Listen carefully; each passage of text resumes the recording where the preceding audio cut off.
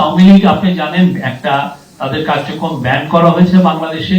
তারা বাইরে কি করছে আমাদের অবশ্যই আমরা মনিটরিং করছি। তারা যদি বাংলাদেশে বাইরে থেকে এমন কোন অ্যাক্টিভিটিস করে যে আমাদের এখানে ইনস্টেবিলিটি ক্রিয়েট করতে চায়, অবশ্যই আমরা এটা মনিটর করছি, আমরা দেখছি। আমরা এই বিষয়ে আরো কংক্রিট ইনফরমেশন আমাদের গ্যাদার হলে আমরা আপনাদেরকে জানাতে পারবো। যাওয়ার পরে আমাদের মূল যে ইয়েটা হচ্ছে যে মালয়েশিয়ার সাথে আমাদের সম্পর্কটা আরো গভীরতর আমরা করতে চাচ্ছি। মালয়েশিয়া আমাদের খুবই একটা important source of recruitment, overseas recruitment, এবং এই জায়গায় যে মালয়েশিয়ার যে মাইগ্রেশনের আমরা যাতে তাদের সাথে আমাদের এমন একটা জায়গায় নিয়ে যেতে পারি যার জন্য মালয়েশিয়া যাতে বাংলাদেশের উপর থেকে তাদের সর্বোচ্চ সংখ্যক জনশক্তি বাংলাদেশের থেকে নেয়। তো এই বিষয়ে অনেকগুলো আলাপগুলো হবে এবং এইটার আরো কিছু এগ্রিমেন্টও সাইন হবে। ওইখানে ফোকাসটা ছিল, মূল ফোকাস হচ্ছে মাইগ্রেশনের বিষয়ে আলাপ। দ্বিতীয় ফোকাস হচ্ছে ইনভেস্টমেন্ট। আপনারা জানেন মালয়েশিয়ার ইকোনমি ইজ বুমিং। তাদের RICL TMX যুগের পর যুগ স্থাপনা থাকে মজবুত।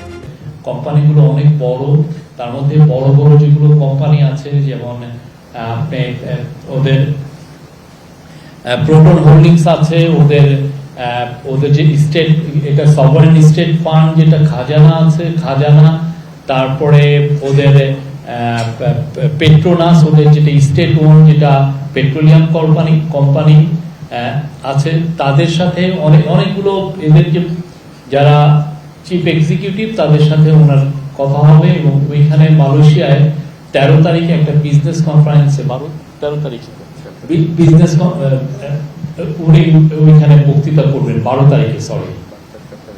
আর 13 তারিখে উনাকে একটা মালয়েশিয়ার যেটা ন্যাশনাল ইউনিভার্সিটি কেবাংসাং মালয়েশিয়া, তার তরফ থেকে স্যারকে একটা অনারারি ডিগ্রি দেওয়া হবে। এবং ওই অনুষ্ঠানে আমরা আশা করছি আনোয়ার ইব্রাহিম, মালয়েশিয়ার যিনি প্রাইম মিনিস্টার, উনি থাকবেন এবং মালয়েশিয়ার একজন সুলতান, আপনি জানেন মালয়েশিয়ার যে সুলতান যিনি কিং হন, এটা একটা রোটেশন বেসিস হয়, প্রভিন্সিয়াল যারা সুলতান তারাই এক সময় যে কিং হন, তো একজন সুলতান থাকবেন। এছাড়া ওনার মালয়েশিয়ার প্রাইম মিনিস্টারের সাথে 12 তারিখে একটা বাইলেটারাল মিটিং আছে, সেটাও আমাদের জন্য খুবই ক্রুশিয়াল। তা আমরা আশা করছি মালয়েশিয়ার সাথে যে আমাদের সুসম্পর্ক আছে সেটা একটা নতুন উচ্চতায় অধিষ্ঠ হবে। এইটা আমাদের জন্য খুবই ইম্পর্টেন্ট। এবং সামনে আমরা মনে করছি যে, এবং ওইখানে আমাদের আনঅফিসিয়াল হিসাবে প্রায় 15 লক্ষ বাংলাদেশি থাকেন, তাদের পাসপোর্টের কিছু সমস্যা হয়, সেগুলো এই সফরে এই বিষয়ে মানে it will be look into. তো আমরা আশা করছি এটা একটা খুব গুরুত্বপূর্ণ সফর এবং খুব একটা সফর হবে।